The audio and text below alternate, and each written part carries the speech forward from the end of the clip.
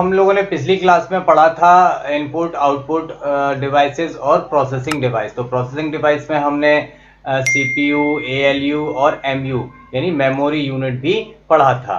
तो अब हमने आपको बताया था पिछली क्लास में कि मेमोरी यूनिट के प्रकार क्या होते हैं, कैसे काम करता है, ये सारी चीजें बताएंगे, डीपली आपको समझाएंगे कैसे करती हैं काम। कंप्यूटर मेमोरी के बारे में ज्यादा जानने के लिए चलिए देखते हैं आज की इस क्लास को, अच्छी तरीके से समझते हैं।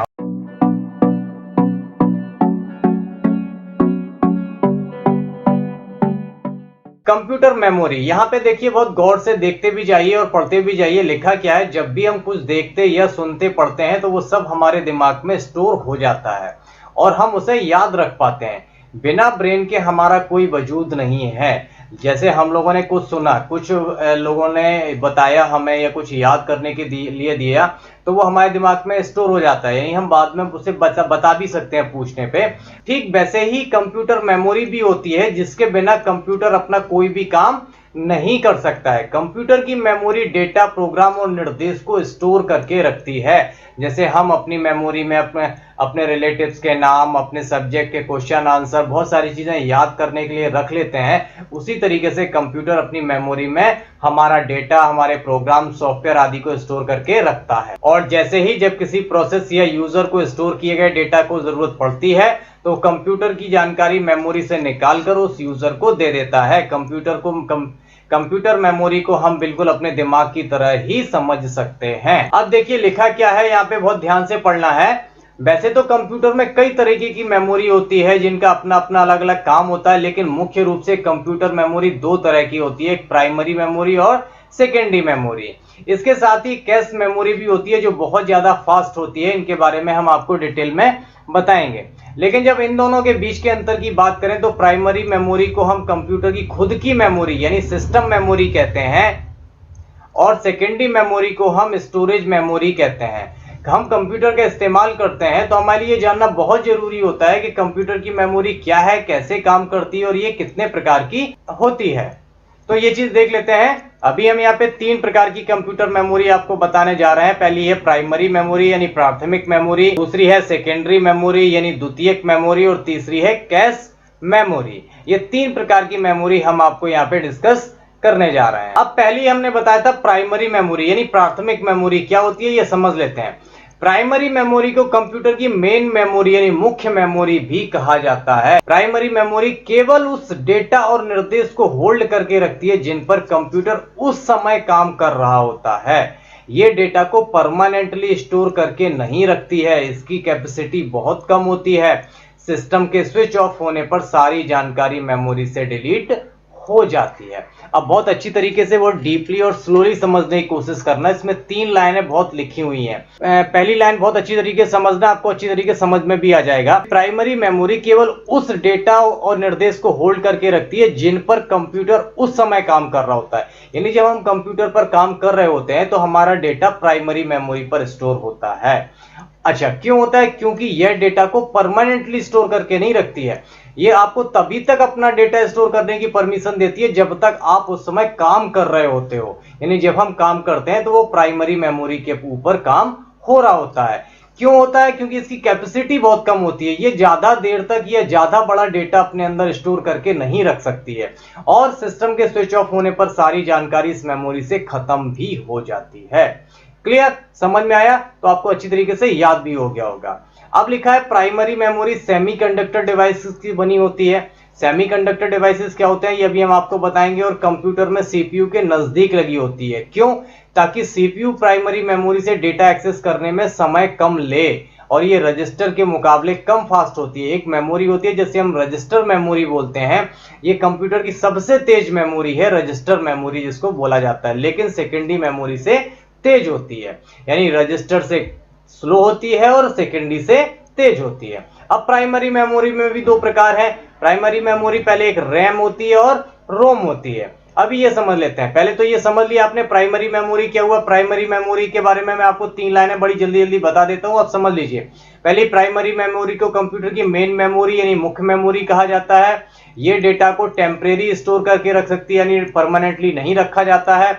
इसकी क्षमता बहुत कम होती है, यानी ये बहुत कम डेटा रख सकती है और कंप्यूटर के स्विच ऑफ होने पे सारी जानकारी खत्म कर देती है। या तो या कंप्यूटर स्विच ऑफ हो जाए या लाइट चली जाए तो कंप्यूटर बंद हो गया, यानी किसी भी कंडीशन में यदि हमारा कंप्यूटर बंद होता है तो प्राइमरी मेमोरी अपने आप को क्लीन यानी साफ कर लेती है। क्लियर है। अब प्राइमरी मेमोरी देखते हैं, 2 प्रकार की है, रैम और रोम। ये देख लेते हैं क्या होते हैं। ये है रैम। रैम का फुल फॉर्म है रैंडम एक्सेस मेमोरी।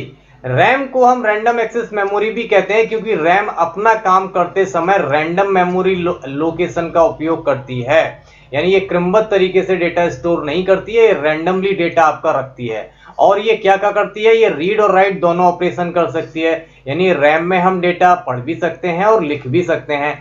रैम के अंदर प्रोग्राम और डेटा स्टोर रहते हैं, यानी जो हम प्रोग्राम यानी सॉफ्टवेयर चला रहे हैं वो भी रैम के अंदर स्टोर रहता है, और जो हम अपना काम कर रहे हैं, अपना डेटा होता है जो लिखते पढ़ते हैं, वो भी डेटा रैम के अंदर स्टोर रहता है।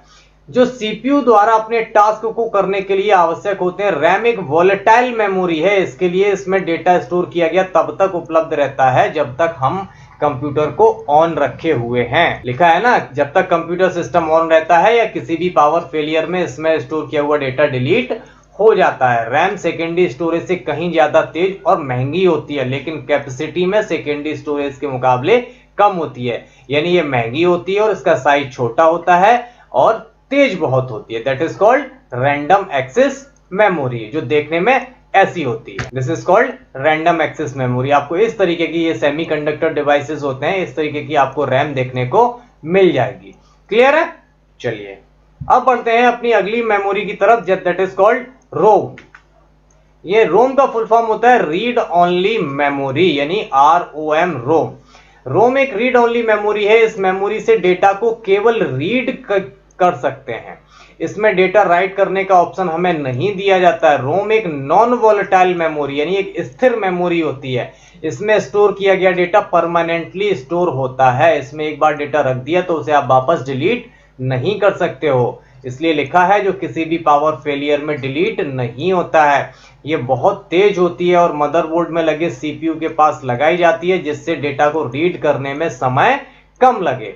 रोम के अंदर मैन्युफैक्चरर वो इंफॉर्मेशन स्टोर करते हैं जो मशीन को चलाने के लिए बहुत जरूरी होते हैं, यानी रोम में डेटा हम नहीं रख सकते हैं। रोम में डेटा कौन रखता है, जिन्होंने उसको बनाया है। यह कंप्यूटर बनाते समय ही उसमें डेटा स्टोर कर दिया जाता है ताकि यूजर उसे डिलीट या उसमें परिवर्तन न कर सके। लिखा है इसमें आखिरी पैराग्राफ में, इसमें वो सभी निर्देश होते हैं जो कंप्यूटर को स्टार्ट करते समय जरूरत पड़ते हैं। रोम का इस्तेमाल कंप्यूटर के अलावा इलेक्ट्रॉनिक डिवाइसेस में किया जा सकता है, जैसे वॉशिंग मशीन, माइक्रोवेव एटसेट्रा में। देखते हैं रोम देखने में कैसी होती है। इस प्रकार की आपको आकृतियां मिलती हैं जो कंप्यूटर में लगी रहती हैं, इसे हम बोलते हैं रोम यानी रीड ओनली मेमोरी। तो आपको समझ में आ गया होगा, ये प्राइमरी मेमोरी के हिस्से थे। प्राइमरी मेमोरी 2 प्रकार की होती है, जिसे हम इंटरनल या मेन मेमोरी बोलते हैं, रैम और रोम। अब आती है सेकेंडरी मेमोरी। सेकेंडरी मेमोरी क्या होती है ये समझ लेते हैं। बहुत अच्छी तरीके से मैंने आपको समझाने की कोशिश करी है। यहाँ पे लिखा है secondary memory non volatile memory होती है और इनका इस्तेमाल मुख्य रूप से डेटा को लंबे समय के लिए स्टोर करने के लिए किया जाता है। ये प्राइमरी मेमोरी के मुकाबले स्लो होती हैं, लेकिन इनकी कैपेसिटी यानी क्षमता बहुत ज्यादा होती है। ये आपको जीबी टीबी की साइज में कंप्यूटर में देखने को मिल जाएगी। अब आगे की लाइन में लिखा है सीपीयू डायरेक्टली सेकेंडरी मेमोरी को एक्सेस नहीं करता है, यानी हम लोग सेकेंडरी मेमोरी से डेटा डायरेक्ट नहीं उठा सकते हैं। उसके लिए हमें सबसे पहले डेटा को सेकेंडरी मेमोरी से डेटा को पहले रैम में लोड करना होता है, जहां से फिर सीपीयू उस डेटा को रैम से एक्सेस करता है। इसलिए रैम को प्राइमरी मेमोरी कहा जाता है, यानी आप जब भी कोई काम करते हैं तो बीच में रैम को आना ही आना है। सेकेंडरी मेमोरी को स्टोरेज डिवाइस भी कहते हैं और ये इंटरनल और एक्सटर्नल दोनों तरह की होती हैं। जो सेकेंडरी मेमोरी है इसे हम स्टोरेज यानी डेटा रखने वाली डिवाइसेस भी कहते हैं, और ये 2 प्रकार की होती है, इंटरनल और एक्सटर्नल, यानी ये कंप्यूटर के अंदर भी लगी रहती है और इसे हम बाहर भी लगा सकते हैं। अब देख लेते हैं सेकेंडरी मेमोरी कैसी होती है, कौन कौन सी होती है, ये देख लेते हैं। यहाँ पे कुछ सेकेंडरी स्टोरेज डिवाइसेस हैं या सेकेंडरी मेमोरी बोलते हैं, जैसे ये हार्ड डिस्क है, इसको हम हार्ड डिस्क बोलते हैं। ये फ्लॉपी डिस्क है, ये CD ड्राइव है, ये कार्ड रीडर है, ये भी कार्ड रीडर है, ये मेमोरी कार्ड है, ये माइक्रो SD मेमोरी कार्ड है, ये थंब ड्राइव है, इनको पेन ड्राइव्स बोलते हैं। ये सारी की सारी आपकी स्टोरेज डिवाइस हैं या सेकेंडरी डिवाइसेस हैं। इनको हम कंप्यूटर के अंदर लगा सकते हैं, जैसे ये हार्ड डिस्क है, आप इसको कंप्यूटर के अंदर लगा सकते हो। ये बाकी की डिवाइसेस ऐसी हैं जिनको आप कंप्यूटर के अंदर और बाहर दोनों लगा सकते हो, या इधर से उधर डेटा ट्रांसफर के काम के लिए भी आप उपयोग कर सकते हो। तो इसलिए हम इनको इंटरनल और एक्सटर्नल दोनों डिवाइसेस बोलते हैं। ये होती हैं सेकेंडरी मेमोरी या द्वितीयक मेमोरी या स्टोरेज मेमोरी। तो अगली मेमोरी है कैश मेमोरी। जो मैंने आपको मेमोरी बताई थी उसमें प्राइमरी मेमोरी, सेकेंडरी मेमोरी और कैश मेमोरी। तो ये कैश मेमोरी क्या होती है ये देख लेते हैं। कैश मेमोरी बेहद तेज मेमोरी है जिसे कंप्यूटर की सेंट्रल प्रोसेसिंग यूनिट यानी CPU में बनाया गया है, या इसके बगल में एक अलग चिप लगी रहती है, यानी ये CPU के सबसे नजदीक लगी होती है और ये सबसे तेज मेमोरी होती है। अब ये करती क्या है ये देख लेते हैं। CPU कैश मेमोरी का उपयोग उन निर्देशों यानी इनपुट को स्टोर करने के लिए करता है जो प्रोग्राम चलाने के लिए बार बार आवश्यक होते हैं।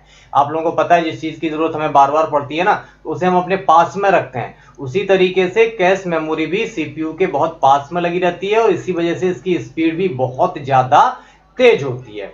क्लियर है? तो अभी मैंने आप लोगों को कंप्यूटर की मेमोरी के बारे में समझा दिया है। कंप्यूटर की मेमोरी 3 प्रकार की होती है, प्राइमरी यानी प्राथमिक मेमोरी, सेकेंडरी यानी द्वितीयक या स्टोरेज मेमोरी और कैश मेमोरी। उम्मीद करता हूं आपको ये टॉपिक अच्छी तरीके से समझ में आ गया होगा। यदि आपको मेमोरी के बारे में और कुछ डाउट है या और आप समझना चाहते हैं तो मुझे कमेंट में जरूर बताइएगा, उसी अकॉर्डिंग हम आपके लिए आपके डाउट क्लियर कर सकें। मिलते हैं अगली क्लास में अगले टॉपिक के साथ, तब तक अपना ख्याल रखिए। Take care, good bye, thank you.